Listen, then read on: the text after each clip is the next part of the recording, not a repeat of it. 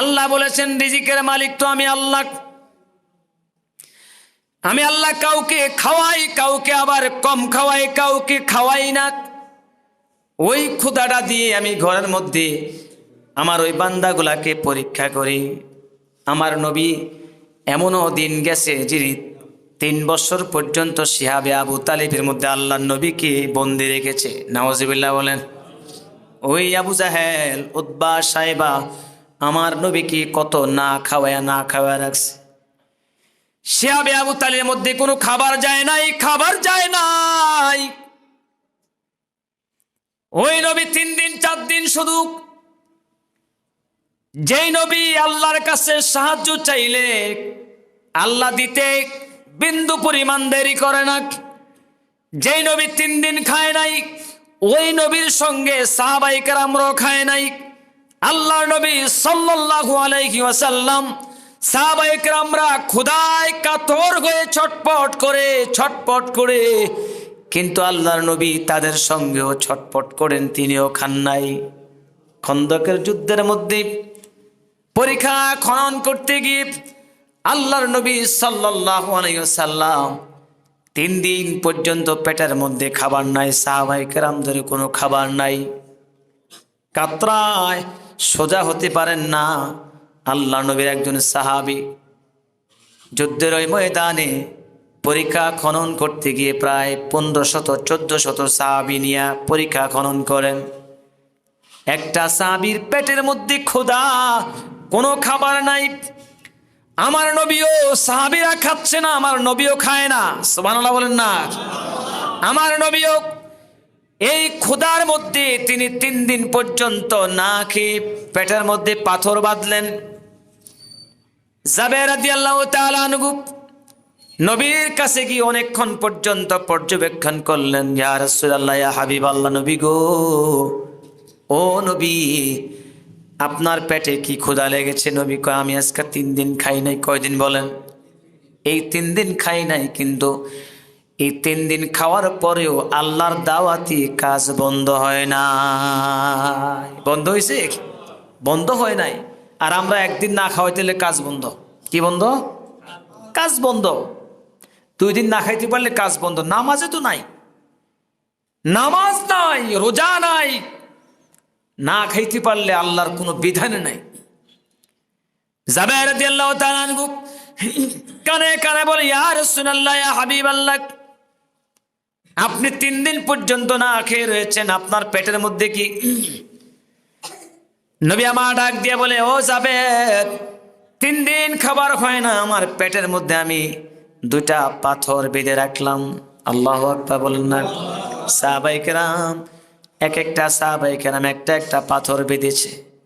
আল্লাহ কিন্তু পরীক্ষা নিচ্ছেন তাদের উপরে। নবী আমার ডাক দিয়েছেন জিহাদের ময়দানে শত্রুদের কাছ থেকে বাঁচার জন্য, হেফাজতের জন্য নবী আমার মদিনায় গেলেন। মদিনায় পর্যন্ত ইহুদিরা আল্লাহর নবীকে বাধা দিয়েছে কি দেয় নাই? দেয় নাই? যুদ্ধের জন্য লোক পাঠাতো যে এখানে যুদ্ধ করো। আল্লাহর নবী সাল্লাল্লাহু আলাইহি সাল্লাম ক্ষুধায় কাঁদতেছিলেন। জাবের রাদিয়াল্লাহু তাআলা আনহু কাছে গিয়ে বলে, ইয়া রাসূলুল্লাহ, ইয়া হাবিবাল্লাহ, ও নবী গো, আপনি 3 দিন খাবার খান নাই। জাবের একটা দৌড় দিয়ে সে বাড়ির মধ্যে বিবিকে ডাক দিয়ে বলেন, বিবি, ও বিবি, ঘরের মধ্যে কিছু আছে কিনা বলো। আমার মায়ের নবী 1 দিন নয় 3 দিন পর্যন্ত না খেয়ে আছে।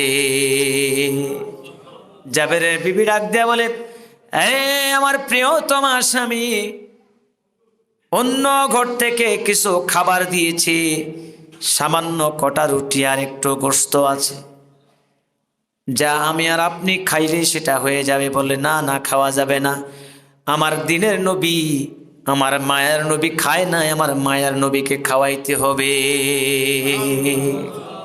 ওই নবীকে চিনল না মানুষ, আমরা তো চিনলাম না। তৎকালীন সময় তারা চিনে নাই, কিন্তু বনের পশুরা চিনেছে। বনের পশু চিনল যারে, চিনল না হায় মানুষ তারে। বলেন না, বনের পশু চিল্ল যারে, চিল্ল না হাই মানুষ তারে। আল্লাহাদের ডাক দিলে তাই, আল্লাহাদের ডাক দিলে তাই, কাফের বেদিন পাথরে মারে, চিল্ল না হয় মানুষ তারে। জাবের রাদিয়াল্লাহু তাআলা আনহু একটা দৌড় দিয়ে আল্লাহর নবীর কাছে গিয়ে বললেন, ইয়া রাসূলুল্লাহ, ইয়া হাবিবাল্লাহ, ও নবী গো, আমার ঘরের মধ্যে সামান্য একটু খাবার আছে, 2 থেকে 3 জন খাওয়া যাবে। নবী আমার ডাকিয়ে বলে, ও জাবের, তাই নাকি? বলে, হ্যাঁ, আজকে আপনার দুপুরবেলা দাওয়াত। আল্লাহর নবী সাল্লাল্লাহু আলাইহি সাল্লাম পাথরের মধ্যে উঠিয়া ওই ১,৫০০ সাহাবীর উদ্দেশ্যে করে বলল, সাহাবীরা রে, আজকে দুপুরবেলা জাবেরের ঘরে তোমাদের সকলের দাওয়াত। আল্লাহু আকবার। খাবার আছে কয়জনের? 2 থেকে 3 জন। কয়জনের দাওয়াত দিলেন? কত? 1400 মতান্তরে ১,৫০০ সাহাবী। সুবহানাল্লাহ। রিজিকের মালিক কে? জোরে বলেন, রিজিকের ফয়সালা করেন কে? ওই যে ক্ষুধার তাড়নায় সাহাবীরা পর্যন্ত খুশি হয়ে গেল। জাবের রাদিয়াল্লাহু তাআলা আনহু একটা দৌড় দিয়ে গিয়ে আবার প্রিয় তোমাকে বলল, ও প্রাণের স্ত্রী, নবীকে আমি বললাম 2 থেকে 3 জনের খাবারের ব্যবস্থা আছে। আমার নবী 1400 মতান্তরে ১,৫০০ সাহাবীকে দাওয়াত দিলেন। ওই জাবের স্ত্রী ডাক দিয়ে বলে, ও স্বামী, আপনি টেনশন করেন কেন? দাওয়াত কি আপনি দিয়েছেন না রাসূল দিয়েছে? কয়, রাসূল দিয়েছে। সুবহানাল্লাহ। আপনি কি জানেন না, যেহেতু রাসূল দাওয়াত দিয়েছে, আজকের এই খাবারের মধ্যে বরকত দিবেন কে? আমার আল্লাহ কোনদিন আমার রাসূলকে বেইজ্জতি করবেন না, অপমান করবেন না। আমার রাসূলের সম্মান রাখবেন, টেনশন করবেন না। আমার রাসূলকে আপনি বলেন সবাই যাওয়ার জন্য। জাবের গিয়া বললেন, ইয়া রাসূলুল্লাহ, সবাই যাবেন। আল্লাহ নবী বললেন, জাবের, একটা কথা বলে দেই, ওই যে খাবার, ওই খাবার রুটিটা ঢাকনা দিয়ে রাখবা, মাংসটাকেও তুমি, গোস্তটাকেও তুমি ঢাকনা দিয়ে রাখবা, কেউ উঠাইবা না। আমি আসলে সেখান থেকে বন্টন করব। আল্লাহর নবী আসলেন, আর একটা একটা করে সিরিয়াল মেনটেন করি রুটি দিচ্ছেন আর গোস্ত দিচ্ছেন। 1400 সাহাবী সবাই খেলেন, বললেন আলহামদুলিল্লাহ, আলহামদুলিল্লাহ। এরপরও ঢাকনা উল্টে দেখে যেই খাবার রেখেছিলেন সেই খাবারও এখনো পড়ে আছে। রিজিকের জন্য এত হাহাকার কেন? ক্ষুধা লেগেছে, এই ক্ষুধা নিবারণ করবেন কি? আল্লাহ বলেন, আমি তোমাদের কি ক্ষুধার মাধ্যমে আমি আল্লাহ পাক তোমাদের কি পরীক্ষা করব। এই পৃথিবীর জমিনে একটা দল মানুষ আছে যারা বিবাহ বন্ধনে আবদ্ধ হওয়ার পর মহান রব্বুল আলামিনের দরবারে অগণিত অসংখ্য শুকরিয়া জ্ঞাপন করছি যে রব্বুল আলামিন আমাদেরকে আজকের এই এত সুন্দর একটা আয়োজনে, যদিও আপনাদের আয়োজনটা দরকার ছিল বাহিরে, আমি শুনেছি আপনাদের আয়োজন নাকি বাহিরে ছিল, অনেক বড় সড়ো ওয়াজ মাহফিল হয়েছে আগে, ডাটা কিন্তু আগে কালেকশন করে আসছি। কি বলেন, দরকার আছে না আমার? আপনারা যেরকম আমার ব্যাপারে আলোচনা করে, সমালোচনা করে হোক আর যেভাবে হোক খোঁজ নিয়ে তো আহ্বান করা, কিন্তু আজকে আপনাদের আয়োজনটা হয়ে গেছে মসজিদের মধ্যে। আপনি দেখেন, একটা ট্র্যাডিশন হয়ে গেছে বাংলাদেশের মধ্যে, যেই প্রান্তরে যাই মাহফিল যেখানে সুযোগ হয়, যদি এই মাহফিলের নাম শুনে কোনো দোকানদার, দেখবেন যে প্রত্যেকটা দোকানদার ডায়েরি আছে। এখন আর ওলামায়ে কেরামদের ডায়েরি না, দোকানদারের কি আছে? কথা বলেন না, কি আছে? ডায়েরি আছে, যে কোন জায়গায় কয় তারিখে মাহফিল। আপনি চিন্তা করেন একটা বিষয়, এই মাহফিলের উদ্দেশ্য করে দোকানের মধ্যে যতগুলো মানুষ হয়, ওর 4 ভাগের 1 ভাগ মানুষ যদি মসজিদে আসে, মসজিদটা ফুল ফিল আপ হয়ে যায়। ঠিক কিনা? চিন্তা করেন। তাই আলোচনা মাহফিল তো আর সবার জন্য না, সবার দিলের মধ্যে আর ধাক্কা লাগবে না। মাহফিল কোরআন এবং হাদিসের আলোচনা সবার ভাগ্যে জুটবে না। আপনি তো যখন জান্নাতে যাবে, এই মানুষগুলাকে আল্লাহ পাক আপনাদের সবাইকে পরকালে জান্নাত দান করুক, আমরা বলে আমিন। যখন জান্নাতে যাবেন তখন ওই দোকানে যারা বসে বসে সময় কাটাইছে বেহুদা, ওই লোকগুলা যখন দেখবে যে আমার চাচাতো ভাই জান্নাতে যাচ্ছে, ও ভাই তুমি আমাকে জান্নাতে নিয়ে যাও, কোন উসিলায় তুমি জান্নাতে গেলা? যে আমি যে মাহফিলে বসছিলাম, আল্লাহ আমার এই সময়টা কবুল করেছেন, এর বৌদুলতে, এর রহমতে, এর বরকতে আল্লাহ আমাকে গুনাহগুলি মাফ করে জান্নাতের মেহমান বানাইছে, সুবহানাল্লাহ। তো ওই লোকটা বলবে যে আমিও তো মাহফিলে গিয়েছি। তখন বলবেন তুমি মাহফিলে আসছো, দোকানে ছিলা, আর আমি মাহফিলের প্যান্ডেলে ছিলাম, পার্থক্য কি এতটুকু না? দেখেন দোকানে অধিকাংশ মানুষগুলি এখন সময় কাটাচ্ছে। এই জন্য জান্নাতে যে কোয়ালিটি মানুষগুলো যাবে, এরা সবাই জান্নাতের বাগানে থাকে। তা আসতে বললেন, বলেন আলহামদুলিল্লাহ। আমরা এক হচ্ছে পৃথিবীর শ্রেষ্ঠতম একটা স্থান মসজিদ, এটা কার ঘর? কার ঘর? আমরা কার মেহমান? জোরে বলেন কার মেহমান? কার প্রতিবেশী? এটা আল্লাহ নিজে বলছে, সর্বশ্রেষ্ঠ স্থান আমার মসজিদ, সর্বনিকৃষ্ট স্থান হচ্ছে বাজার, আর সর্বোচ্চ সম্মানিত স্থান মসজিদে যারা আসবে, যাদের দিল কালেকশন লেগে থাকবে মসজিদের সঙ্গে, প্রত্যেকটা ওয়াক্ত নামাজের সঙ্গে, আল্লাহ বলেছেন ওই ব্যক্তি আমার প্রতিবেশী, সে আমার আন্তরিক মোহাব্বত করে মসজিদে আসা যাওয়ার কারণে সে আমার এক নাম্বার মেহমান। জোরে বলি সুবহানাল্লাহ। এই জন্য সবার ভাগ্যে জোটে না। মহান মনিবের দরবারে আমরা আবারও প্রশংসা করে বলি আলহামদুলিল্লাহ। আমরা কার গোলাম? জোরে বলেন কার গোলাম? আল্লাহর গোলাম। আমি সূরা বাকারার 155 নম্বর আয়াত তেলাওয়াত করেছি। এর উপরেই ভিত্তি করে যতটুকু সম্ভব আপনাদের ইমেজ দেখে, আপনাদের আগ্রহ দেখে যতটুকু সম্ভব আলোচনা ইনশাআল্লাহ তাআলা করব। আল্লাহ পাক আমাকে এবং আপনাদের সবাইকে আমল করার তৌফিক দান করুক, আমরা সকলে বলি আমিন।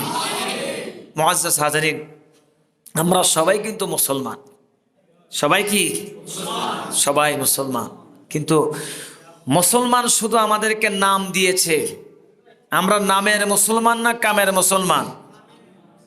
আমরা এখন বর্তমানে নামের মুসলমান, কাজের মুসলমান না। যদি বলি ভাই জান্নাতে কে কে যাইতে চান? যে জীবনে 5 ওয়াক্ত নামাজ পড়ছে না, যার বছরের মধ্যে মাসের পর মাস জুমার নামাজ কাজা যাচ্ছে, ওই ব্যক্তিও বলবো আমি জান্নাতে যেতে চাই। তাহলে হিন্দু বলেন, বৌদ্ধ বলেন, খ্রিস্টান বলেন, যাদেরকে জিজ্ঞাসা করবেন তোমরা কি নরক চাও না স্বর্গ চাও, সবাই বলবে কি চাই? স্বর্গ চাই। অর্থাৎ সুখের জন্য সবাই আছে, দুঃখের ভাগে কেউ হতে চায় না। এই জন্য আমরা যে মুসলমান শুধু নামের আছি বর্তমান মুসলমান, মুসলমানিত্ব আমাদের মাঝে নাই, আংশিক আছে। কি আছে? বলেন কি আছে? আমার আগে কিন্তু রাসূলের সুন্নাতের উপরে, আন্তরিকতার উপরে, ভালোবাসার উপরে, আদর্শের উপরে অনেক সুন্দর ঘটনমূলক আলোচনা হয়েছে, আলহামদুলিল্লাহ বলেন।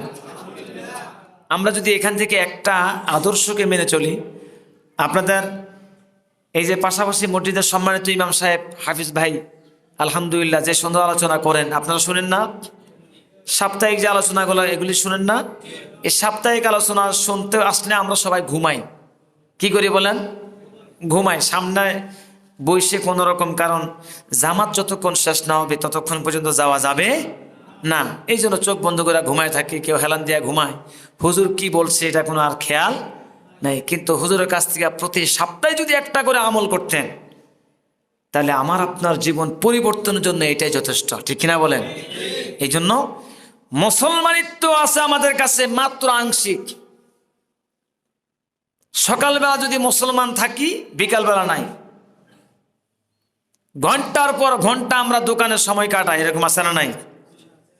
টিভি, এদিকে এলাকায় টিভি আছে তো, দোকানে টিভি নেই মনে হয়, আছে।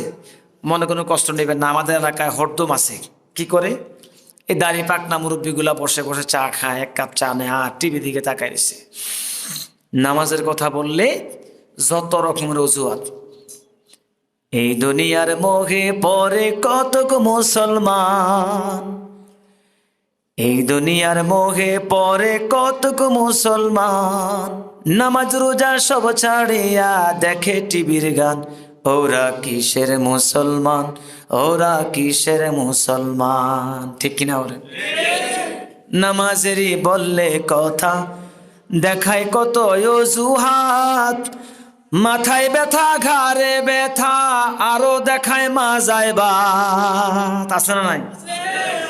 নামাজেরই বললে কথা, দেখায় কত অজুহাত, মাথায় ব্যথা ঘাড়ে ব্যথা, আরো ব্যথা মাজায় বাত।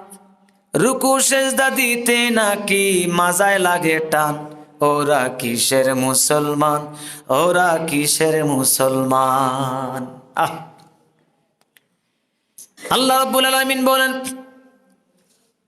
দুনিয়ার জমিনে আমি তোমাকে পাঠাইলাম কত সুন্দর আকৃতি বানাইয়া, এত সুন্দর চেহারা আমি আল্লাহ দান করেছি। ওরে মুমিন, এই চেহারাটা দান করেছি, এত সুন্দর আকৃতি দান করেছি, তোমাকে বানাইলাম পাঠাইয়া সুন্দর আকৃতিতে। আমি আল্লাহ পাক তোমাকে দুনিয়ার জমিনে পাঠাইয়া 4টা কসম কেটে আমি আল্লাহ তোমাকে পাঠাইলাম দুনিয়ার জমিনে। কয়টা কসম? বলেন না কয়টা? আল্লাহ পাক বলেন, দুনিয়ার জগতের সব মানুষগুলো ওরা কসমকে বেশি ভালোবাসে, কসমকে বেশি ভালোবাসে, কসমকে বেশি ভালোবাসে।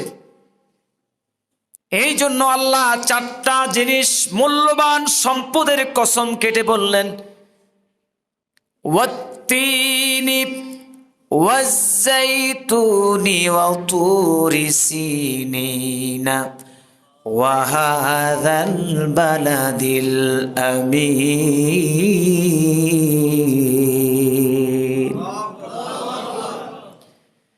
ওয়াত্তিন, তিন একটা ফল, এই ফলের কসম কেটলে, ফলের কসম কেটে বলেছেন দামি একটা ফল, যেই ফলটা অ্যাভেলেবেল পাওয়া যায় না। পাওয়া যায়? বলেন। ওয়াজ্জাইতুন, ওই দামি একটি তেল যেটা আমরা অলিভ অয়েল বলি, দামি এই তেলটার কসম করেছেন আল্লাহ পাক। ওয়াতুরি সিনিন, তুর পাহাড়ের, সিনাই পাহাড়ের কসম কাটলেন, যেটা দামি একটা পাহাড়, যেই পাহাড়ের উপরে মূসা আলাইহিস সালাতু ওয়াস সালাম আল্লাহর সঙ্গে কথা বলতেন। সুবহানাল্লাহ।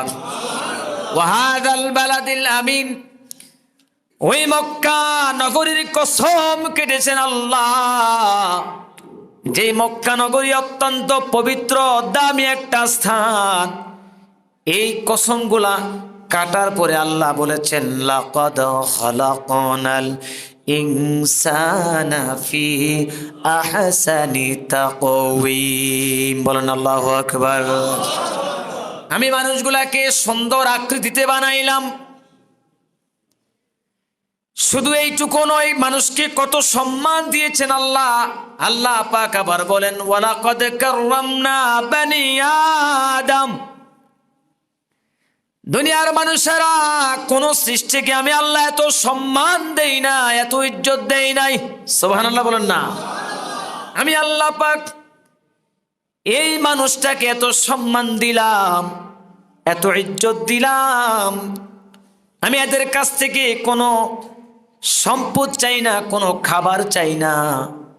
ওরা শুধু আমি আল্লাহর গোলামি করবে। আর যাদের যা নিয়ামত দিয়েছি, ওয়াইন তাউদ্দু নি'মাতাল্লাহি লা তুহসুহা, আমার এত নিয়ামত দিয়েছি যা তোমরা গণেও শেষ করতে পারবা না। এই নিয়ামত খাওয়ার পরে শুধু আলহামদুলিল্লাহ বললেই তোমাদের সব কিছু উসুল হয়ে যাবে। সুবহানাল্লাহ বলেন না। শুধু এই নিয়ামত খালি খাইবে আর আলহামদুলিল্লাহ বলবে। ও মানুষ,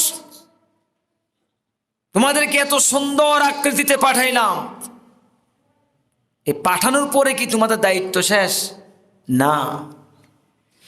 আল্লাহ ডাক দিয়া বলেন, وَلَنَبْلُوَنَّكُمْ بِشَيْءٍ مِّنَ الْخَوْفِ وَالْجُوعِ وَنَقْصٍ مِّنَ الْأَمْوَالِ وَالْأَنفُسِ وَالثَّمَرَاتِ। আমি আল্লাহ তোমাদেরকে পাঠাইলাম, এই জগতের মানুষ তোমাদেরকে পাঠাইলাম, মুসলমানের ঘরে তোমাকে পাঠাইলাম। তুমি তো কখনো আমি আল্লাহর কাছে বলো নাই আল্লাহ মুসলমানের ঘরে পাঠাইও, বলছি? কখনোই তো বলা হয় নাই। আমি আল্লাহর কাছে কখনো প্রার্থনাও তো করো নাই, আমি আল্লাহ তোমাকে নেয়ামত হিসাবে পাঠাইলাম মুসলমানের ঘরে। আব্দুর রহিমের ঘরে পাঠাইলাম, আব্দুল করিমের ঘরে পাঠাইলাম, আব্দুল হান্নান মিয়ার ঘরে পাঠাইলাম, রাবিয়া বস্রির মতো মা ফাতেমা, আসিয়া নামদারি ওই মহিলাদের গর্ভে তোমাকে ধারণ করাইয়া সুন্দর আকৃতিতে পৃথিবী জমিনে পাঠাইলাম। ওরে মানুষ, চিন্তা করে দেখো, পাঠাইছি আর কালিমা পড়ছো, ঈমান এনেছ, তাই বলে তোমাদের পরীক্ষা করব না, এটা কোনোদিন হবে না। আমি পরীক্ষা করব, যাচাই করব।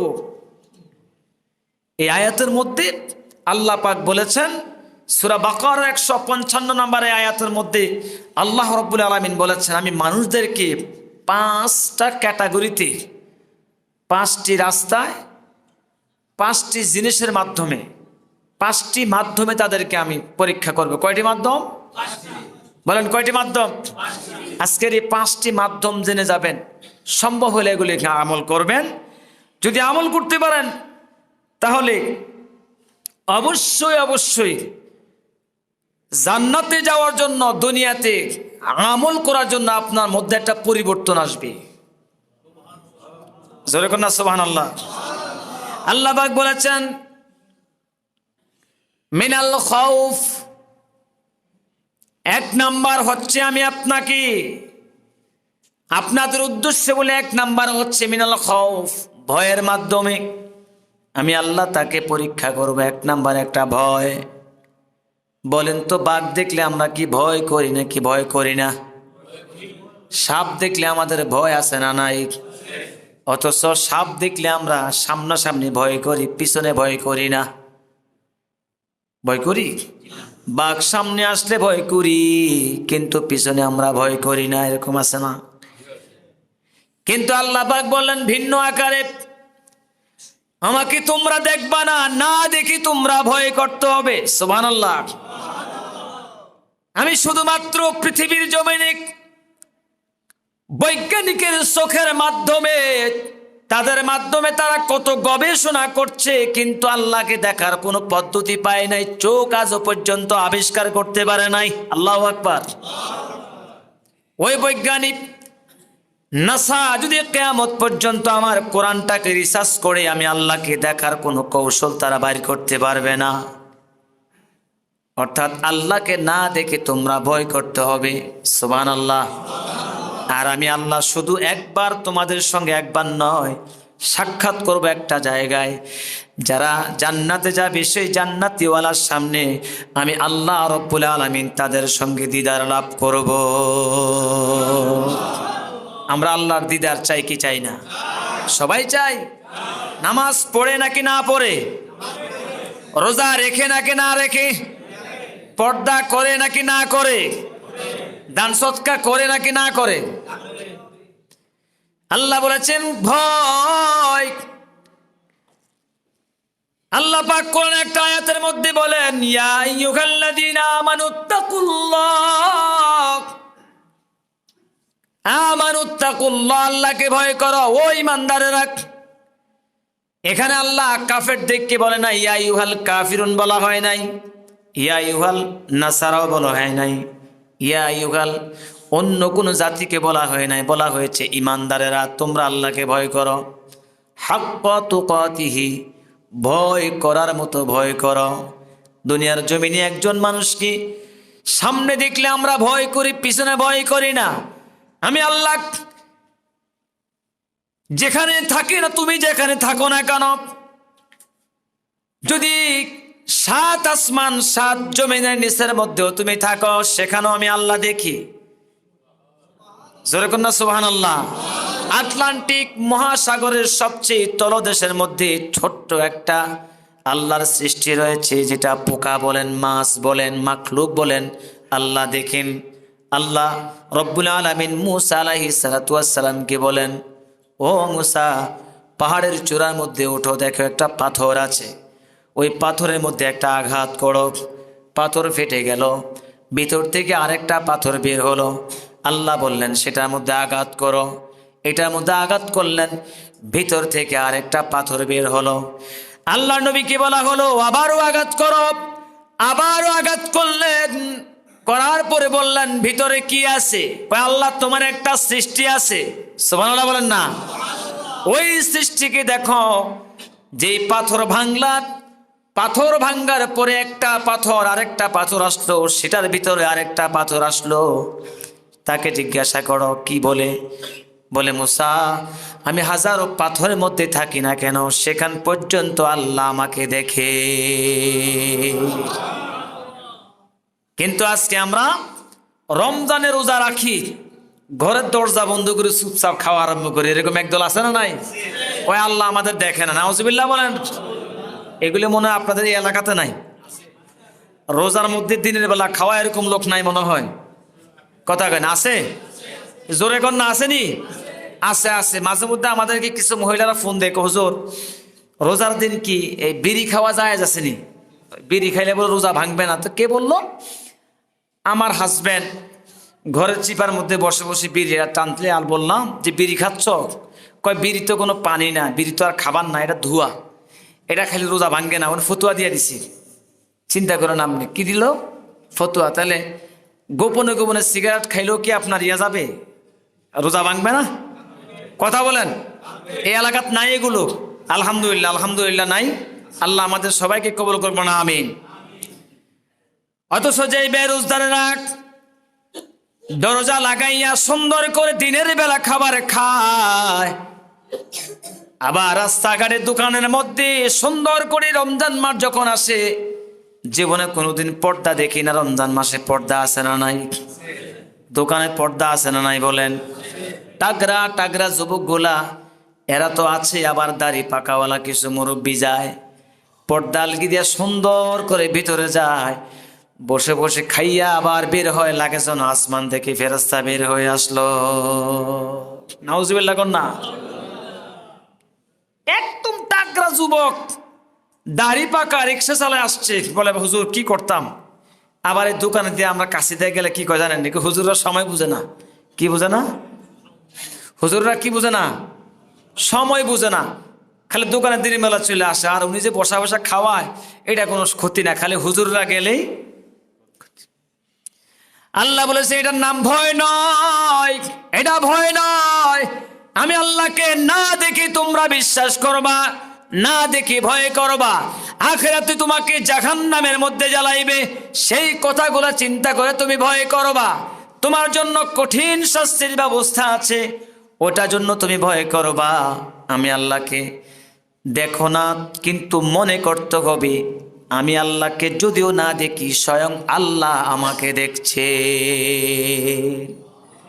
এই ভয়, এই ভয়টা যদি যার মধ্যে আছে, ওই ব্যক্তি মুমিন হতে আর একটা মুহূর্ত সময় লাগবে না। সুবহানাল্লাহ। আল্লাহ পাক বলেছেন 2 নাম্বার হলো ওয়াল জু', ক্ষুধার মাধ্যমে আমি আল্লাহ তোমাদেরকে পরীক্ষা করব। ক্ষুধা, ক্ষুধা তো বুঝেন, পেটের খিদা। আল্লাহ রাব্বুল আলামিন দুনিয়ার জমিনে মানুষদেরকে আল্লাহ খাবারের ব্যবস্থা করলেন। আমরা খাই সকাল থেকে সন্ধ্যা পর্যন্ত, রাতের 12টা পর্যন্ত খাওয়া আছে না নাই? খাওয়া আছে, কিন্তু আল্লাহ খাওয়া বন্ধ করে নাই।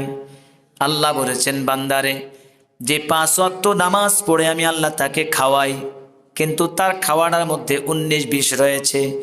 যে নামাজ পড়ে না 1 ওয়াক্ত, তাকেও আমি আল্লাহ খাওয়াই। যে আমি আল্লাহর প্রতি তার কোনো দরদ নাই, বিশ্বাস নাই, তাকেও আমি আল্লাহ পাক খাওয়াই। আল্লাহ রাব্বুল আলামিন বলেন এই পৃথিবীটা যদি সামান্য একটা মশার ডানার সমতুল্য মূল্য যদি আমি আল্লাহ পাকের কাছে থাকতো, তাহলে একটা মানুষকে, একটা মুনাফিককেও আমি আল্লাহ এই জমিনে একটা ফোঁটা পানি পান করার সুযোগও দিতাম না। সুবহানাল্লাহ। আল্লাহর কাছে তো দুনিয়ার মূল্য নাই, কি নাই? জোরে বলেন না, কি নাই? কোনো মূল্য নাই। আপনার কাছে আমার কাছে মূল্য আছে, কিন্তু আল্লাহর কাছে কি নাই? মূল্য নাই। আমার কাছে মূল্য হচ্ছে একমাত্র মুমিন বান্দা বান্দি। সুবহানাল্লাহ। ওরা আমার কাছে শ্রেষ্ঠ, ওরা আমার কাছে সবচেয়ে বেশি সম্মানিত। ওদের জন্য এই দুনিয়াটা আমি টিকে রেখেছি। আর দুনিয়া ও মাজরাতুল আখিরা, ওদের জন্য আখিরাতের নেক আমল কামাই করার জন্যই দুনিয়াটাকে টিকিয়ে রেখেছি। সুবহানাল্লাহ বলেন না? তাইলে আল্লাহ পাক বলেন, আমি তাদেরকে ভয় দ্বিতীয় নম্বরে ক্ষুধার মাধ্যমে পরীক্ষা করব। একটা সময় আমি আল্লাহ তাকে খাওয়ানোর উপরে খাওয়াইছি, একটা সময় তাকে ক্ষুধা রাখলাম। ওই ফিলিস্তিনের জমিনে দেখেন, তারা একবেলা খাইলে 3 দিন খাইতে পারে না, আছে না নাই বলেন? আল্লাহ বলেছেন এদেরকে পরীক্ষা করি। এটাও তো আমি আল্লাহর পরীক্ষা। আমি আল্লাহর পরীক্ষার মধ্যে দেখতে চাই কারা খেয়ে আল্লাহকে ডাকে আর না খাওয়ার পরে আল্লাহকে ভুলে যায় কিনা, নাকি খাওয়ার পরেও আল্লাহকে ডাকে, খাওয়ার সময় আল্লাহকে ডাকে, খাবার না থাকলেও আল্লাহকে ডাকে। এই শ্রেণীর লোকগুলাকে আমি খোঁজে খোঁজে বের করে জান্নাতের মেহমান বানায় দিব। তার মধ্যে ক্ষুধা লাগাইয়া দিব। এরে বান্দা, 3 দিন 4 দিন খাও নাই, এই খাবারের রিজিকের ব্যবস্থা করেন কে? আমাদের রিজিকের ব্যবস্থা করেন কে? 3 দিন আপনার খাওয়া হয় নাই, তাই বলে যদি আপনার ইনকাম নাই, খাওয়া নাই, আপনার ঘরের মধ্যেও খাবার নাই, আপনি আল্লাহকে ভুলে যাবেন? আজকাল এই বর্তমান প্রেক্ষাপটের মধ্যে যদি চাকরিটা চলে যায়, খাবার দাবার না থাকে, ঘরের পরিবার পর্যন্ত স্বামীকে বিভিন্ন ধরনের আকার ইঙ্গিতে কথা বলে, আসে না নাই? নাই নাই মনে অনেক আছে, খালি আসেনি বলে। প্রত্যেকটা ঘরের মধ্যে মধ্যে এরকম আছে। 2 দিন গরুর মাংস যদি খাওয়ায়, 5 দিন না থাকলে, 1 মাস গরুর মাংস না আনলে, 2 মাস না আনলে বলে যে তুমি কি করো, আমার পাশের ঘরের মধ্যে প্রতি সপ্তাহের মধ্যে 3 দিন গরুর মাংস, আর তোমাকে আজকে 2 বছর গরুর মাংস দেখি না। এরকম আছে না নাই? আল্লাহ বলেছেন রিজিকের মালিক তো আমি আল্লাহ। আমি আল্লাহ কাউকে খাওয়াই, কাউকে আবার কম খাওয়াই, কাউকে খাওয়াই না। ওই ক্ষুধাটা দিয়ে আমি ঘরের মধ্যে আমার ওই বান্দাগুলাকে পরীক্ষা করি। আমার নবী এমনও দিন গেছে যিনি 3 বছর পর্যন্ত শিহাবে আবু তালিবের মধ্যে আল্লাহর নবীকে বন্দি রেখেছে। নাউজুবিল্লাহ বলেন। ওই আবু জাহেল, উতবা, সাইবা আমার নবীকে কত না খাওয়ায় রাখছে। শিহাবে আবু তালিবের মধ্যে কোনো খাবার যায় নাই, খাবার যায় নাই। ওই নবী 3 দিন 4 দিন শুধু, যেই নবী আল্লাহর কাছে সাহায্য চাইলে আল্লাহ দিতে বিন্দু পরিমাণ দেরি করে না। যেই নবী 3 দিন খায় নাই, ওই নবীর সঙ্গে সাহাবায়ে কেরামরাও খায় নাই। আল্লাহর নবী সাল্লাল্লাহু আলাইহি ওয়াসাল্লাম, সাহাবায়ে কেরামরা ক্ষুধায় কাতর হয়ে ছটপট করে, কিন্তু আল্লাহর নবী তাদের সঙ্গেও ছটপট করেন, তিনিও খান নাই। খন্দকের যুদ্ধের মধ্যে পরীক্ষা খনন করতে গিয়ে আল্লাহর নবী সাল্লাল্লাহু আলাইহি ওয়াসাল্লাম 3 দিন পর্যন্ত পেটের মধ্যে খাবার নাই, সাহাবায়ে কেরামদের কোনো খাবার নাই, কাতরায় সোজা হতে পারেন না। আল্লাহ নবীর একজন সাহাবী যুদ্ধের ওই ময়দানে পরীক্ষা খনন করতে গিয়ে প্রায় 1500-1400 সাহাবী নিয়ে পরীক্ষা খনন করেন। একটা সাহাবীর পেটের মধ্যে ক্ষুধা, কোনো খাবার নাই। আমার নবীও, সাহাবীরা খাচ্ছে না, আমার নবীও খায় না। সুবহানাল্লাহ বলেন না? আমার নবীও এই ক্ষুধার মধ্যে তিনি 3 দিন পর্যন্ত না খেয়ে পেটের মধ্যে পাথর বাঁধলেন। জাবের রাদিয়াল্লাহু তাআলা আনহু নবীর কাছে গিয়ে অনেকক্ষণ পর্যন্ত পর্যবেক্ষণ করলেন। ইয়া রাসূলুল্লাহ, ইয়া হাবিবাল্লাহ, নবী গো, ও নবী, আপনার পেটে কি ক্ষুধা লেগেছে? নবী কয়, আমি আজকে 3 দিন খাই নাই। কয়দিন বলেন? এই 3 দিন খাই নাই, কিন্তু এই 3 দিন খাওয়ার পরেও আল্লাহর দাওয়াতি কাজ বন্ধ হয় না। বন্ধ হয়েছে? বন্ধ হয় নাই। আর আমরা একদিন না খাওয়াইতে হলে কাজ বন্ধ। কি বন্ধ? কাজ বন্ধ। 2 দিন না খাইতে পারলে কাজ বন্ধ। নামাজে তো নাই, নামাজ নাই, রোজা নাই, না খাইতে পারলে আল্লাহর কোনো বিধানে নাই। জাবের রাদিয়াল্লাহু তাআলা আনহু কানে কানে বলে, ইয়া রাসূলুল্লাহ, ইয়া হাবিবাল্লাহ, আপনি 3 দিন পর্যন্ত না খেয়ে রয়েছেন, আপনার পেটের মধ্যে কি? নবী আমার ডাক দিয়ে বলে, ও জাবের, 3 দিন খাবার হয় না, আমার পেটের মধ্যে আমি 2টা পাথর বেঁধে রাখলাম। আল্লাহু আকবার বলেন না? সাহাবায়ে কেরাম, এক একটা সাহাবায়ে কেরাম একটা একটা পাথর বেঁধেছে। আল্লাহ কিন্তু পরীক্ষা নিচ্ছেন তাদের উপরে। নবী আমার ডাক দিয়েছেন জিহাদের ময়দানে শত্রুদের কাছ থেকে বাঁচার জন্য, হেফাজতের জন্য নবী আমার মদিনায় গেলেন। মদিনায় পর্যন্ত ইহুদিরা আল্লাহর নবীকে বাধা দিয়েছে কি দেয় নাই? দেয় নাই? যুদ্ধের জন্য লোক পাঠাতো যে এখানে যুদ্ধ করো। আল্লাহর নবী সাল্লাল্লাহু আলাইহি সাল্লাম খোদায় কাঁদতেছিলেন। জাবের রাদিয়াল্লাহু তাআলা আনহু কাছে গিয়ে বলে, ইয়া রাসূলুল্লাহ, ইয়া হাবিবাল্লাহ, ও নবী গো, আপনি 3 দিন খাবার খান নাই। জাবের একটা দৌড় দিয়ে সে বাড়ির মধ্যে বিবিকে ডাক দিয়ে বলেন, বিবি, ও বিবি, ঘরের মধ্যে কিছু আছে কিনা বলো। আমার মায়ের নবী 1 দিন নয় 3 দিন পর্যন্ত না খেয়ে আছে। জাবেরের বিবি ডাক দিয়ে বলে, আমার প্রিয়তমা স্বামী, অন্য ঘর থেকে কিছু খাবার দিয়েছি, সামান্য কটা রুটি আর একটু গোশত আছে, যা আমি আর আপনি খাইলে সেটা হয়ে যাবে। বলে, না না, খাওয়া যাবে না, আমার দিনের নবী, আমার মায়ের নবী খায় না, আমার মায়ের নবীকে খাওয়াইতে হবে। ওই নবীকে চিনল না মানুষ, আমরা তো চিনলাম না, তৎকালীন সময় তারা চিনে নাই, কিন্তু বনের পশুরা চিনেছে। বনের পশু চিনল যারে, চিনল না হায় মানুষ তারে। বলেন না, বনের পশু চিনল যারে, চিনল না হায় মানুষ তারে। আল্লাহাদের ডাক দিলে তাই, আল্লাহাদের ডাক দিলে তাই, কাফের বেদিন পাথরে মারে, চিনল না হায় মানুষ তারে। জাবের রাদিয়াল্লাহু তাআলা আনহু একটা দৌড় দিয়ে আল্লাহর নবীর কাছে গিয়ে বললেন, ইয়া রাসূলুল্লাহ, ইয়া হাবিবাল্লাহ, ও নবী গো, আমার ঘরের মধ্যে সামান্য একটু খাবার আছে, 2 থেকে 3 জন খাওয়া যাবে। নবী আমার ডাকিয়ে বলে, ও জাবের, তাই নাকি? বলে, হ্যাঁ, আজকে আপনার দুপুরবেলা দাওয়াত।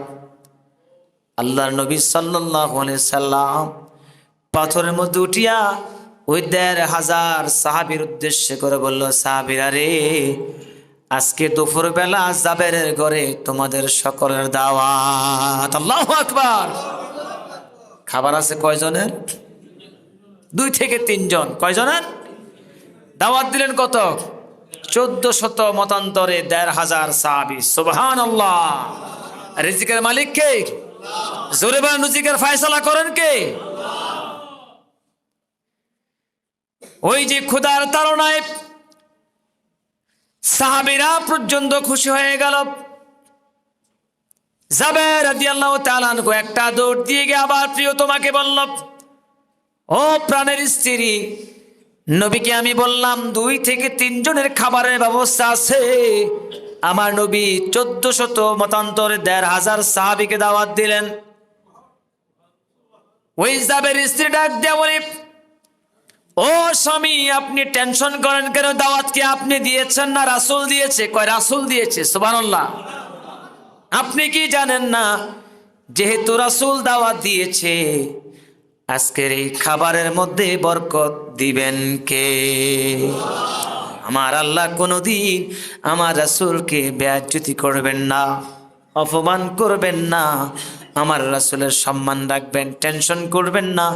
আমার রাসূলকে আপনি বলেন সবাই যাওয়ার জন্য। জাবের গিয়া বললেন, ইয়া রাসূলুল্লাহ, সবাই যাবেন। আল্লাহ নবী বললেন, জাবের একটা কথা বলে দেই, ওই যে খাবার, ওই খাবার রুটিটা ঢাকনা দিয়ে রাখবা, মাংসটাকেও তুমি, গোস্তটাকেও তুমি ঢাকনা দিয়ে রাখবা, কেউ উঠাইবা না। আমি আসলে সেখান থেকে বন্টন করব। আল্লাহর নবী আসলেন, আর একটা একটা করে সিরিয়াল মেনটেন করি রুটি দিচ্ছেন আর গোস্ত দিচ্ছেন। 1400 সাহাবী সবাই খেলেন, বললেন আলহামদুলিল্লাহ, আলহামদুলিল্লাহ। এরপরও ঢাকনা উল্টে দেখে যেই খাবার রেখেছিলেন সেই খাবারও এখনো পড়ে আছে। রিজিকের জন্য এত হাহাকার কেন? ক্ষুধা লেগেছে, এই ক্ষুধা নিবারণ করবেন কি? আল্লাহ বলেন, আমি তোমাদের কি ক্ষুধার মাধ্যমে আমি আল্লাহ পাক তোমাদের কি পরীক্ষা করব। এই পৃথিবীর জমিনে একটা দল মানুষ আছে যারা বিবাহ বন্ধনে আবদ্ধ হওয়ার পর একটা সন্তান নেয়। কয়টা বলেন? সর্বোচ্চ 2টার পর আর নেয় না। জায়গা সম্পদ কমে যাবে, বিল্ডিং 2টা আছে, 2 ছেলেকে 2টা দিয়ে দিব, এত সন্তান হলে খাওয়াইব কি? এরকম আছে না নাই? অথচ আমাদের দাদার আমলে, আলহামদুলিল্লাহ, আমার দাদারও তো মাশাআল্লাহ দিলে ছেলে মেয়ে ছিল 15 জন। কয়জন? আলহামদুলিল্লাহ কন্যা কয়জন? কিন্তু আল্লাহ বলছেন না, আমার ওই বান্দা রিজিক দিয়ে আমি আল্লাহ দুনিয়াতে তাকে পাঠায়া দেই। রিজিকের মালিক হচ্ছে আমি আল্লাহ।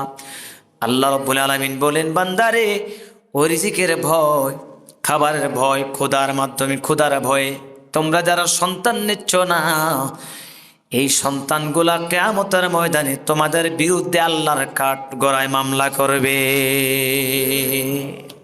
কথাটা মনে বুঝেন নাই? সন্তান আসবে, সন্তান দেওয়ার মালিক কে? এই জন্য তো অনেকে সন্তান কয় এখন সন্তান নিব না। আল্লাহ কয় আমি এখন দিতে চাই, তুমি নিছো না।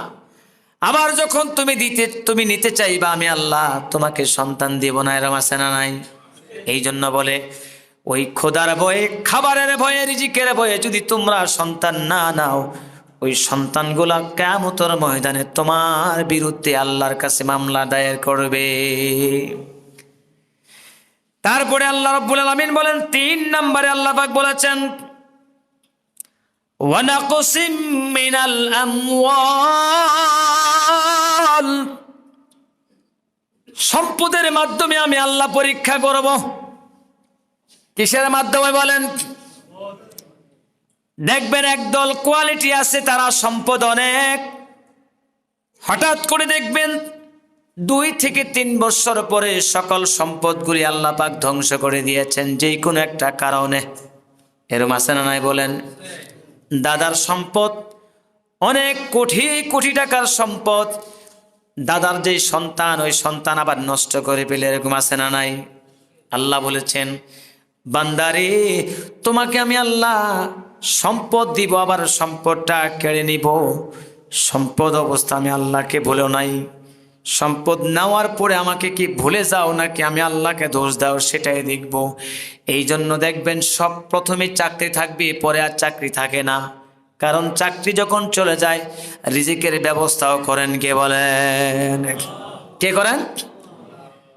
এই চাকরি ছুটে গেলে স্ত্রী কত বকা জোকা করে, কি কাজ করো, চাকরি নাই, বাকরি নাই, বেহুশ হয়ে যায়, হতাশা হয়ে যায়, চিন্তিত হয়ে যায়।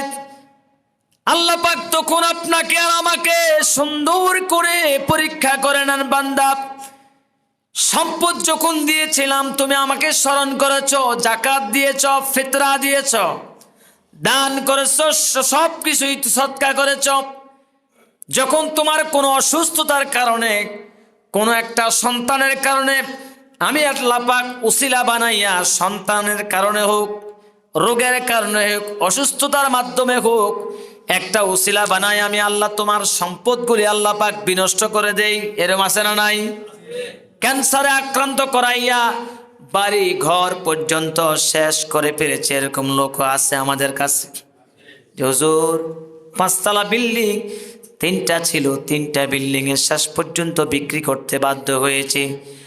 আমার বাবাকে কোথায় আমেরিকা পর্যন্ত, লন্ডন পর্যন্ত চিকিৎসা করানোর জন্য যত কিছু দরকার ছিল করেছি, কিন্তু বাবাকে আর একটা মুহূর্তের জন্য আর রাখতে পারি না। আল্লাহর একজন নবী আইয়ুব আলাইহিস সালাতু ওয়াস সালাম, নাম শুনছেন তো? আইয়ুব আলাইহিস সালাতু ওয়াস সালাম তো অসংখ্য সম্পদ ছিল, অসংখ্য। তিনার মতো এত সম্পদশালী কোনো পয়গাম্বর ছিল না। এই আইয়ুব নবী এত সম্পদ থাকার পরেও গনে গনে হিসাব করে আল্লাহর রাস্তায় জাকাতগুলো আদায় করতেন, যাতে ওনার সম্পদের মধ্যে কোনো জাকাতের মাল না থাকে। সুবহানাল্লাহ বলেন না? দান করতেন, অজস্র দান করতেন, যত দান করেন তত আর বরকত দেয় কি? এই জন্য বলছে দানের মধ্যে বরকত আছে না নাই? জোরে কোন আছে না নাই? আল্লাহ নবী একটা হাদিস রয়েছে, আন আমর বিন আব্বাস রাদিয়াল্লাহু তাআলা আনহু قال قلت يا رسول الله صلى الله عليه وسلم মাল ঈমান, ও নবী ঈমান কি? আল্লাহর নবী বলেছেন ক্বালা সাবরু ওয়াস সামাহাত, ক্বালা সাবরু ধৈর্যশীলতা, সহনশীলতা, নম্রতা হচ্ছে ঈমান। ওয়াস সামাহাত দানশীলতা, উদারতা হচ্ছে একমাত্র ঈমান। তাহলে বুঝেন, আপনার ঈমান যদি আপনি মজবুত করতে হয়, তাহলে আপনি বেশি বেশি আপনাকে দান করতে হবে। এটা ঈমানের, কিন্তু যিনি দান করেন ধৈর্যশীলতা, এটা হচ্ছে ঈমান। ঈমান কি? ঈমানটা হচ্ছে ধৈর্য, যার মধ্যে যত ধৈর্য, এবং যে দান করে, এই দুইটা জিনিসই কিন্তু আইয়ুব নবীর মধ্যে আছে না নাই? আইয়ুব নবী পুঙ্খানুপুঙ্খানুভাবে তিনি যাকাত আদায় করতেন, সদকা করতেন। এত কিছু করার পরেও আল্লাহর হুকুমের মধ্যে কোনো ঘাটতি নাই। রাত দিন 24 ঘন্টা আল্লাহর ইবাদতের মধ্যে মশগুল।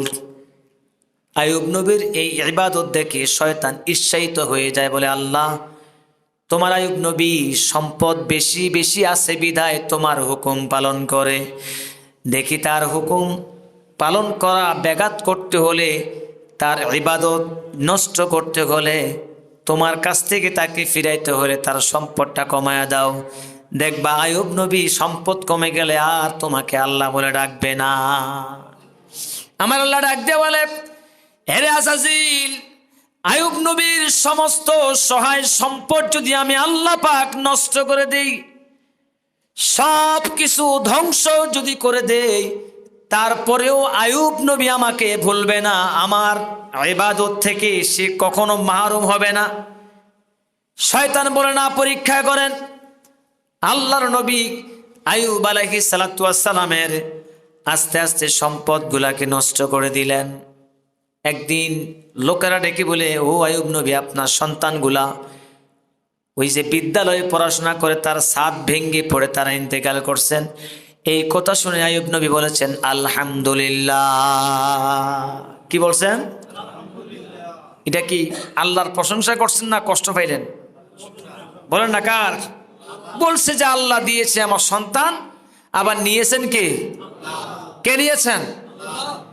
আবার হঠাৎ করে বিকালে আরেকটা সংবাদ আসলো, আপনার গরুর পালগুলি ঠাড়া পরে নষ্ট হয়ে গেল। আইয়ুব নবী বললেন আলহামদুলিল্লাহ।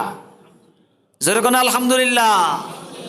সমস্ত ফসলগুলো নষ্ট হয়ে গেল, পোকায় নষ্ট করে ফেলল। আইয়ুব নবী তিনি তখনই বললেন আলহামদুলিল্লাহ, আল্লাহ আমাকে দিয়েছেন, আল্লাহ দেওয়ার পরে আবার এটাকে নিয়েছেন, আবার দিবেন কে বলেন?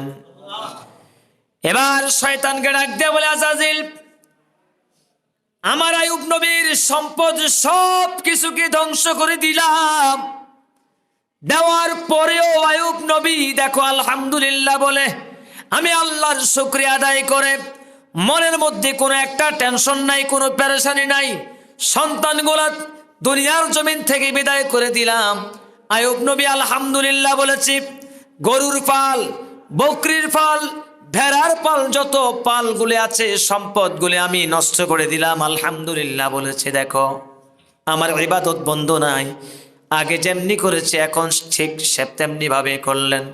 এবার শয়তান বলে, ও মালিক, এবার আদম নবীকে আপনি একটু অসুস্থ দেন, দেখেন অসুস্থ দিলে সঙ্গে সঙ্গে আপনার আমল সব কিছু সে ভুলে যাবে। শয়তানের কাজ কিন্তু শুধু শয়তানি করা, কি করা? ওর কিন্তু বালা বুদ্ধি নেই। বালা বুদ্ধি আছে বলেন? পৃথিবীতে সব অ্যাকুরেট কাজ হচ্ছে শয়তানের, কারণ তার সব সঠিক, তার জন্য সঠিক। শয়তান যা বলে ওটা তার জন্য সঠিক, কারণ হচ্ছে শয়তানের জীবনে কোনোদিন আপনাকে ভালো বুদ্ধি দিবে না, কোশ্চিন কালেও না। যদি শয়তান আপনাকে ভালো কাজের হুকুম দেয়, মনে করবেন সেটার মধ্যেও তার কি আছে? স্বার্থ আছে। বলেন কি আছে? জোরে কোন কি আছে? ইমাম আবু হানিফা রহমতুল্লাহ আলাইহি তাহাজ্জুদ নামাজ পড়তেন। কি নামাজ পড়তেন? কথা বলেন, কি নামাজ? তাহাজ্জুদ নামাজ পড়তেন।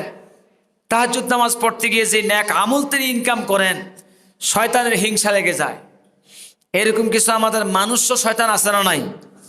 হিংসাত্মমূলক এরকম আচরণ নাই বলেন? আছে। কেউ কারো ভালো দেখতে পারে না, তাকে যত ধ্বংস করা যায় সেই পায় তারা সে খুঁজে। একটা মানুষ উপরে উঠতেছে, তাকে উঠতে দেয় না। এখন ইমাম আবু হানিফা রহমতুল্লাহ আলাইহি উনি তাহাজ্জুদের অভ্যাস, শয়তান টার্গেট করেছে যে ইমাম আবু হানিফাকে একটা দিন অন্তত পক্ষে তাহাজ্জুদ থেকে তাকে কি করতে হবে? বাধা দিয়ে রাখতে হবে, ঘুমের মধ্যে রাখতে হবে। শয়তানের ঘুমের ঘরে মাশাআল্লাহ এত সুন্দর করে মালিশ করে এত সুন্দর করে মালিশ করলেন। মালিশ করায় আজকে ইমাম আবু হানিফা এতটা ঘুমে বিভোর, ঘুম থেকে জেগে দেখেন ফজরের নামাজের আজানের সময় হয়ে গেছে। ইমাম আবু হানিফা রহমতুল্লাহ আলাইহি তাহাজ্জুদ নামাজ পড়তে পারে নাই। এই সোগে আল্লাহর আদালতে তিনি দরখাস্ত করে সেজদায় পড়ে গেলেন। এমন কান্নার রোল পড়ে গেল, আল্লাহর আরশ কেঁপে কেঁপে উঠলো। আর কে যেন গায়েবী আওয়াজ দিয়ে বলে, রে আবু হানিফা, ও আবু হানিফা, তুমি টেনশন করবা না, যাও যাও, আজকের তাহাজ্জুদ কাজা হয়ে গেছে।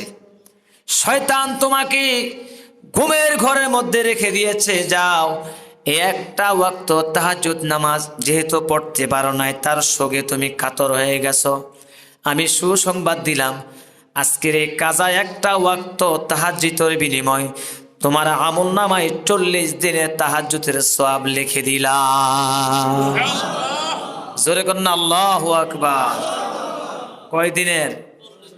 শয়তানের কি লাভ হয়েছে না লস? ভাবছে যে একটা দিন কোন রকম বাদ দিতে পারলে, কিন্তু এখন শয়তান দেখতেছে যে না, সুবহানাল্লাহ, আল্লাহু আকবার, সর্বনাশ সর্বনাশ। এটা তো আরো উল্টা রিয়াকশন। কি অ্যাকশন? উল্টা রিয়াকশন। আজকে তিনি চিন্তা করলেন এখন থেকে তো ইমাম আবু হানিফাকে ওই ঘুমাইলেও আমি উঠাই দিব। কি আজকে তাহাজ্জুদের সময় মাথার মধ্যে হাত দিয়ে সুন্দর করে পাশে বসে করে ডাক দেয়, আবু হানিফা, ও আবু হানিফা, উঠো, তাহাজ্জুদের সময় হয়েছে। কিসের সময় হলো? ঘুম থেকে উঠে দিয়ে মস্ত বড় দরবেশের মতন লোক বসে আছে, একদম পুরা দরবেশ। কে আপনি? আমার পরিচয় জানার দরকার নাই, আপনাকে উঠাই দিছি, এটাই করেন। বলে কেন? তুমি কি? বলে আমি আজাজিল। তোমার তো কাজ হচ্ছে মানুষকে ধোকা দেওয়া। কয় না, সবাইকে ধোকা দিলেও আপনাকে ধোকা দেওয়া যাবে, আপনাকে ধোকা দিলে আর উল্টা লস। বলে কিভাবে? আরে আবু হানিফা, গতকাল রজনীতে তোমাকে ফুসলায়া তাহাজ্জুদ থেকে আমি বিরত রেখেছিলাম, কিন্তু তুমি যেইভাবে রুনাজারি শুরু করেছ, তোমার রুনাজারির কারণে আল্লাহ আমাকে শুনায়া বলতেছে, ওরে আবু হানিফা, তোমার এই ক্রন্দনের কারণে 40 দিন ওই তাহাজ্জুদ পড়লে সেই যেই পরিমাণ সওয়াব হতো, সেই সমপরিমাণ সওয়াব আজকে তোমার আমল নামায় দান করে দিলাম। এই জন্য আমি তোমাকে তাড়াতাড়ি উঠাই দিলাম। একদিন নামাজ পড়ো, সওয়াব পাইবা কয়দিনের? শয়তানের মনে কি কথা বলেন? শয়তানের মনে শয়তানি, কারণ তোমাকে যদি তুমি ঘুমাইয়া থাকো আমি উঠাই দিব। সুবহানাল্লাহ বলেন না? তাহলে শয়তানের সব কাজেই কি কোনো না কোনো উদ্দেশ্য থাকবেই। অতএব শয়তান চায় না কেউ ভালো চলুক। আইয়ুব নবী তার সম্পদ সব কিছু হারালেন, আল্লাহর বিধান থেকে এক চুল পরিমাণ শয়তান তাকে বিলুপ্ত করতে পারে নাই। শয়তান আল্লাহকে বলে, আল্লাহ আইয়ুব নবীকে তুমি একটু রোগ দিয়া দাও, দেখবা যে তোমাকে ভুলে যাবে। আল্লাহ পাক বললেন, ঠিক আছে, একটা রোগ দিয়া দিলাম। হাত কিংবা পায়ের মধ্যে একটু সামান্য একটু কুষ্ঠরোগী বানায় দিলেন। এই কুষ্ঠরোগের কারণে, সামান্য একটু গোটার কারণে পা থেকে মাথা পর্যন্ত, আপাদমস্তক পর্যন্ত কেরাই ঝরঝর করে ফেলেছে। একদিন আর 2 দিন নয়, একটানা 18 বৎসর। কয় বছর? জোরে কোন কয় বছর? ওই যে আল্লাহ রাব্বুল আলামিন বলেন, ইয়া আইয়ুহাল্লাযীনা আমানুস্তাঈনু বিস-সাবরি ওয়াস-সালাহ।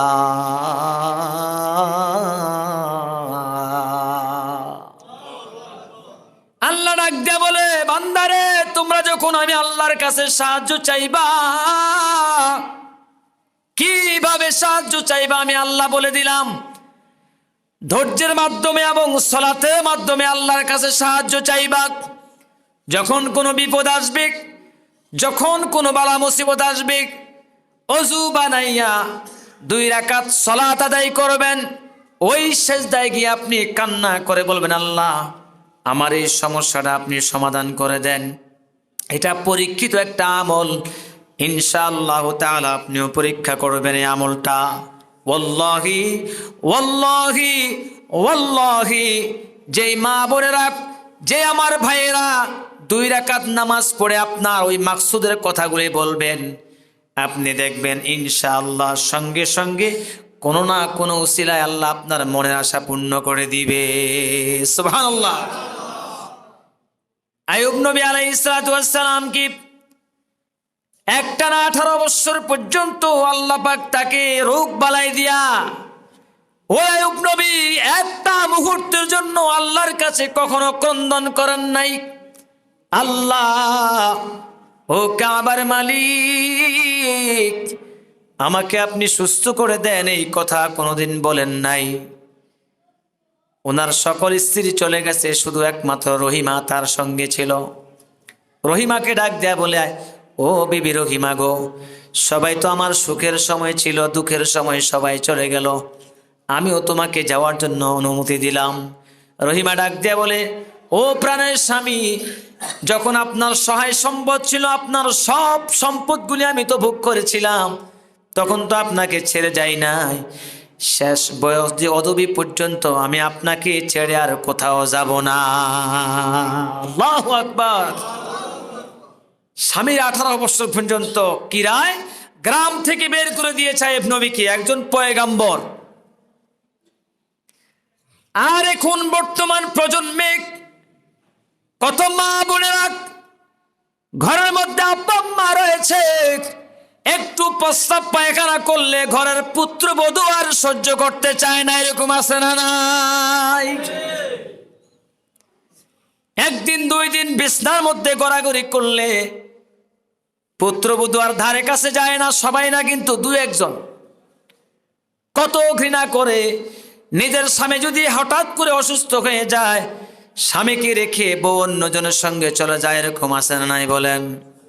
অথচ আইয়ুব নবী 1 দিন নয়, 2 দিন নয়, দীর্ঘ 18 বছর পর্যন্ত অসুস্থ থাকার পরেও বিবি রহিমা কত কষ্ট করে মানুষের বাড়িতে কাজ করে করে খাবার জোগাড় করে আইয়ুব নবীর জন্য আনতেন। একটা সময় কেউ কাজ দেয় না, বলে রহিমা যেই গ্রামে আসবে সেই গ্রামের মধ্যে কুষ্ঠরোগী হবে, কারণ তার স্বামী তো কুষ্ঠরোগীর মধ্যে আক্রান্ত, তার গন্ধ, তার দুর্গন্ধ গ্রামের মধ্যে শোনা যায়, কেউ কাজ দিবে না। কত মানুষ তাকে পরকিয়া করার জন্য, বিভিন্ন কায়দায় বিবাহ বসার জন্য প্রস্তাবনা দেয়, কিন্তু বিবি রহিমা তো নবীর একজন পয়গম্বরের স্ত্রী, সেটা কখনো মানতে পারে না। সবাই গ্রাম থেকে চলে গিয়ে দূর করে দিল। আইয়ুব নবীর কাছে বলল, প্রাণের স্বামী, কেউ তো আর আমাকে কাজ দিচ্ছে না, আমি তো আর কাজ পাচ্ছি না। সর্বশেষ একটা বাড়িতে গেলেন, বড় লোক একজন পুত্রবধূ, তিনি বললেন, তোমার চুলের বিনিময়ে তোমাকে খাবার দিব। নাউজুবিল্লাহ বলেন না। শেষ পর্যন্ত স্বামীকে বাঁচাবার জন্য চুল বিক্রি করে খাবার এনে বললেন, প্রিয়তমা স্বামী, এই খাবারটা আপনি নেন। আইয়ুব নবী ডাক দেয়া বলে, দেখেন পয়গম্বর, উনি একজন আল্লাহর পয়গম্বর। এবার ডাক দেয়া বলে, ও রহিমা, তুমি তো বলেছ গতকালকে আমাকে কেউ কাজ দেয় নাই, আজকে খাবার করতে আনলা, আমি এই খাবার খাবো না। হঠাৎ করে মাথার মধ্যে দৃষ্টি দিয়ে দেখেন মাথার চুলগুলো নাই। রহিমা ডাক দেয়া বলে, ও প্রাণের স্বামী, আমার এই চুলের বিনিময়ে আমি আপনার জন্য খাবারের ব্যবস্থা করেছি। তখনই আইয়ুব নবী বললেন, না, খাবার খাবো না। একটা সেজদা দিলেন, এক সেজদা গিয়ে বললেন, মালিক, আমাকে সুস্থ করে দাও, আমার রহিমা আর কত আমার জন্য কষ্ট করবে। ওগো কাবার মালিক, আমার আপাদ মস্তক পর্যন্ত আমার কিরায় জ্বর জ্বর করেছে, আমি কখনো প্রার্থনা করি নাই, আমি আপনার কাছে সাহায্য তো চাই নাই, আপনার পরীক্ষায় আমি জানি পরীক্ষা চলছে, কিন্তু আমার এখন জিহ্বার মধ্যে যখন কিরা লাগলো, আমি আপনার নাম জপতে পারি না, আপনার কথা বলতে পারি না। আপনার নাম ডাকতে হলে জিহ্বাটা পরিষ্কার থাকা চাই, জিহ্বাটা যদি স্পষ্ট না হয় আপনাকে স্মরণ করতে পারি না। আমার তামাম সমস্ত শরীরটাকে আপনি জর্জর বানায় দেন ও কাবার মালিক, কিন্তু আমার জিহ্বাটাকে আপনি হেফাজত রাখেন। এই কথা বলার সঙ্গে সঙ্গে আল্লাহ রাব্বুল আলামিন বলেন, গায়েবী সাহায্যভাবে বললেন, ও আইয়ুব নবী, আপনার পা দিয়ে মাটির মধ্যে একটু আস্তে আস্তে নাড়াচাড়া করেন, দেখবেন পানি বের হবে, পানির ফোয়ারা বের হবে, এটা আপনি খাবেন এবং গোসল করবেন। জোরে কোন সুবহানাল্লাহ। আইয়ুব নবী ওই ছোট্ট শিশুর মতো পা দিয়ে যখন মাটির মধ্যে ঘষতে আরম্ভ করলেন, করার পর দেখলেন পানির ফোয়ারা উঠল, পানি পান করলেন, ওই পানি দিয়ে গোসল করলেন।